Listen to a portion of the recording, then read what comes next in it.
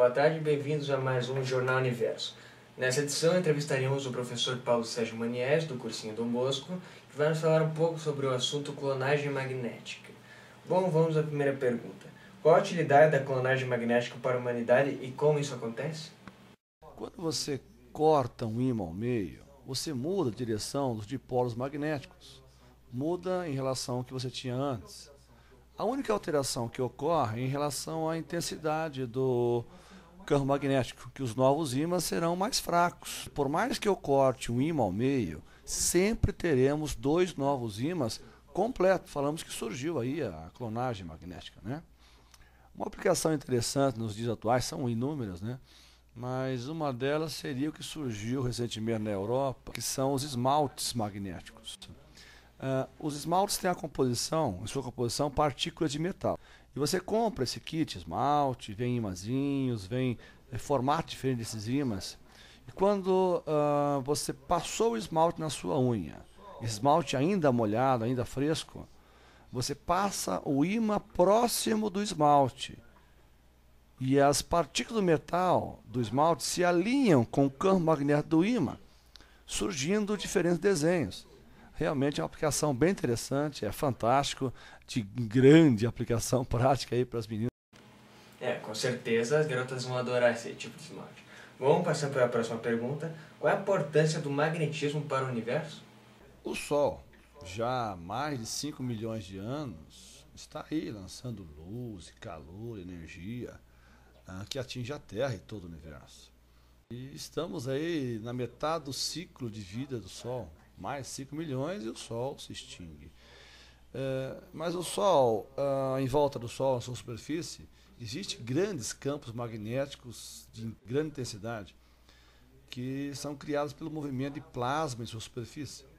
Surgem ainda imensas manchas na superfície do Sol, dizemos buracos, né, que aparecem na sua superfície, dando origem a violentíssimas explosões que ocorrem com poder assim de milhares de bombas atômicas, jogando no universo uma quantidade violenta de raio gama, raio X, e estão atingindo a Terra aí, todo momento.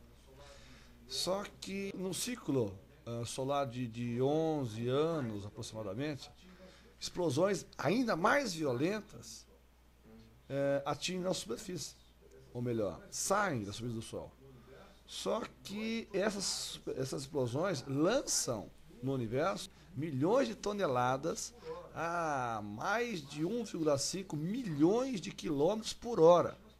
São chamadas de grandes massas magnéticas que atingem nosso planeta. Porém, devido à magnetosfera, essas radiações, essa massa toda não atinge a Terra. Ou pequenos efeitos a gente observa nos polos, causando as... Realmente a aurora boreal é um fenômeno muito bonito. Agora vamos para a próxima pergunta. Como o magnetismo consegue nos dar e retirar tudo o que temos? Pense no seguinte, olha.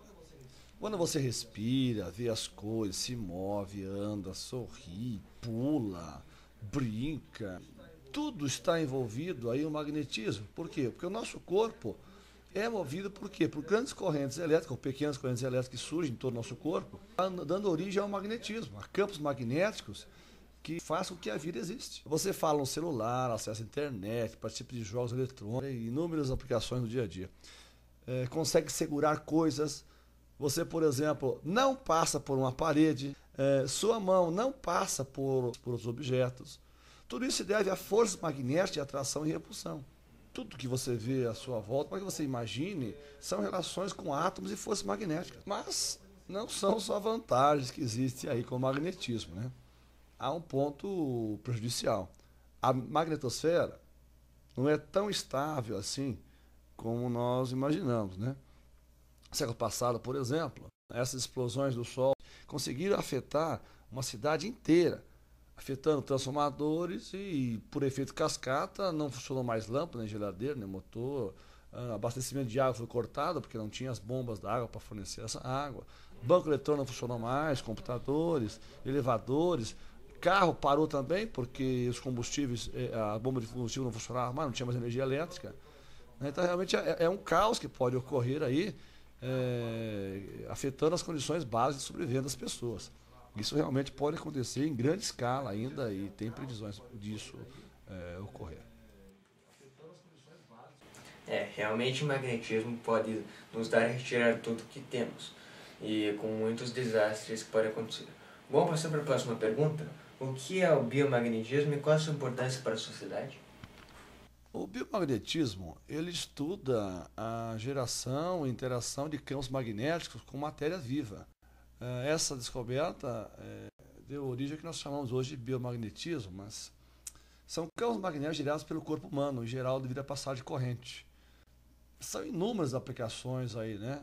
Alguns órgãos são produtos de própria corrente que resultam de sua atividade natural. No seu cérebro, por exemplo, e no coração é assim que funciona, né? Devido à passagem de corrente que ocorre sinapses, ocorre várias potenciais de ação aí, né? Cada contração que o coração tem, por exemplo, que ele realiza para bombear o sangue para o nosso corpo, gera assim uma corrente elétrica, né? Entre inúmeras aplicações, como uma das mais recentes que apareceram é a aplicação na área de imunológicos, né? Ensaios imunológicos, que medem a reação antígeno-anticorpo, com o objetivo de fazer o quê? Detectar, de encontrar vírus, bactérias e até células cancerígenas. Realmente o biomagnetismo foi um grande avanço na medicina e também pode ajudar a salvar muitas vidas. Vamos para a próxima pergunta.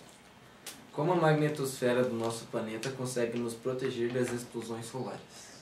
A magnetosfera ele protege das explosões solares devido a quê? Nós sabemos que cargas elétricas quando atingem um campo magnético, são capturadas ou desviadas pelas linhas de campo. E na Terra nós temos o campo magnético que sai do polo norte magnético e vão em direção ao sul magnético. As explosões que ocorrem no Sol vêm em direção à Terra, em sua maioria não passam pela magnetosfera. Ou seja, é essa camada de campo magnético aí, chamada magnetosfera, que protege a Terra de explosões violentíssimas que ocorrem no espírito do Sol. Porém, parte dessa radiação consegue passar, né? E a gente consegue visualizar os efeitos com as luzes coloridas que aparecem dançando no céu, que dão origem às auroras, boreal e austral. Só vale a pena lembrar aí que nem sempre o Polo Norte esteve onde está hoje, e também o Polo Sul. Existe aí um ciclo de alternância entre Polo Norte e Polo Sul. Segundo os cientistas, já passou da hora dessa inversão Polo Norte e Polo Sul. A grande preocupação qual é? É que na inversão de Polo Norte com Polo Sul, por alguns dias ou semanas, a Terra ficará sem o campo magnético, ou seja, sem a magnetosfera, ou seja, sem a carapaça que protege a Terra das explosões solares. E sem essa proteção, dependendo das explosões daqueles dias, pode ter consequências gravíssimas aqui na Terra, né? Parando todo o nosso sistema básico de infraestrutura. Então, realmente, a magnetosfera protege a Terra, tanto a vida como os instrumentos todos que funcionam baseado em magnetismo. A gente pode perceber que a magnetosfera ela é importantíssima para a vida do planeta. Agora vamos para a próxima pergunta. Como o campo magnético que protege a Terra é formado? Não existe ainda uma certeza de como é formado o campo magnético da Terra, mas a teoria mais aceita é que no interior da Terra existe uma grande movimentação de ferro derretido e níquel, que devido ao efeito de giro da Terra, chamado efeito dínamo, dá origem a correntes elétricas, que faz surgir, por sua vez, o intenso campo magnético da Terra. Então seria o efeito dínamo, né? A corrente gera campo e o campo gera corrente. E aí surgindo essas linhas de força que realmente protege a Terra de explosões do Sol lá, que realmente seriam catastróficas em relação à Terra se não tivesse esses campos. Passando para a próxima pergunta. Que relação pode ser estabelecida entre a matemática e o magnetismo? São inúmeras relações de matemática e magnetismo que a gente tem na própria matéria que você percebe, né? Existem relações matemáticas entre corrente, dando origem a campo magnético, sendo essa corrente de uma espira, um fio, um solenoide, por exemplo. Também podemos citar aí como exemplo o fenômeno da indução eletromagnética, onde o campo magnético variável dá origem a uma corrente elétrica no circuito fechado. com inúmeras aplicações no dia a dia, como, por exemplo, o funcionamento de uma hidrelétrica. Funciona baseado nessa variação de fluxo magnético que dá origem à corrente, que dá origem que conseguimos assim possibilitar a trazer a energia de longas distâncias, né? Então, são várias as equações que relacionam o magnetismo e as grandezas do magnetismo, como corrente, potencial, campo magnético e inúmeras outras, né? Realmente tem muita matemática envolvida no magnetismo. Bom, passando para a próxima.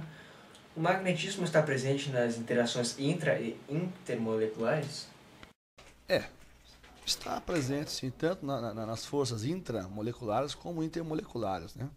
Quando duas moléculas se aproximam, por exemplo, há uma interação nos seus campos magnéticos, né? Fazendo surgir aí uma força entre elas que como são entre moléculas, são intermoleculares, né? Geralmente as forças intramoleculares, internas das moléculas, são mais fortes que as intermoleculares. A força intermolecular é responsável, por exemplo, por alguns fenômenos comuns, como a capilaridade, a tensão superficial. A gente pode citar como exemplo, quando pegamos uma toalha de papel e colocamos uma ponta em contato com a água e outra fora, após alguns instantes, toda a toalha vai estar totalmente molhada, devido a essa força intermolecular aí que ocorre devido à capilaridade, né? É uma aplicação. Vamos para a próxima pergunta. Por que o ímã em forma de ferradura é muito mais forte do que os ímãs normais? O ímã de ferradura ele é mais forte que os ímãs normais pelo seu formato, né? Em uma das pontas você tem um polo norte, na outra ponta você tem o polo sul. E aí tanto o polo norte como o polo sul atraem o objeto ao mesmo tempo. Na verdade, como o campo magnético sai do polo norte e vai para o polo sul, ele passa pelo objeto, né, fechando um circuito magnético aí e prendendo mais firme que um ímã comum, que só tem um polo em uma das pontas, né? Isso realmente explica porque um ímã em forma de ferradura é muito mais poderoso do que um ímã normal. Bom, estamos chegando no final do programa, então gostaria de agradecer muito ao professor Moniesi por essa entrevista sobre clonagem magnética e até semana que vem no próximo Jornal Universal.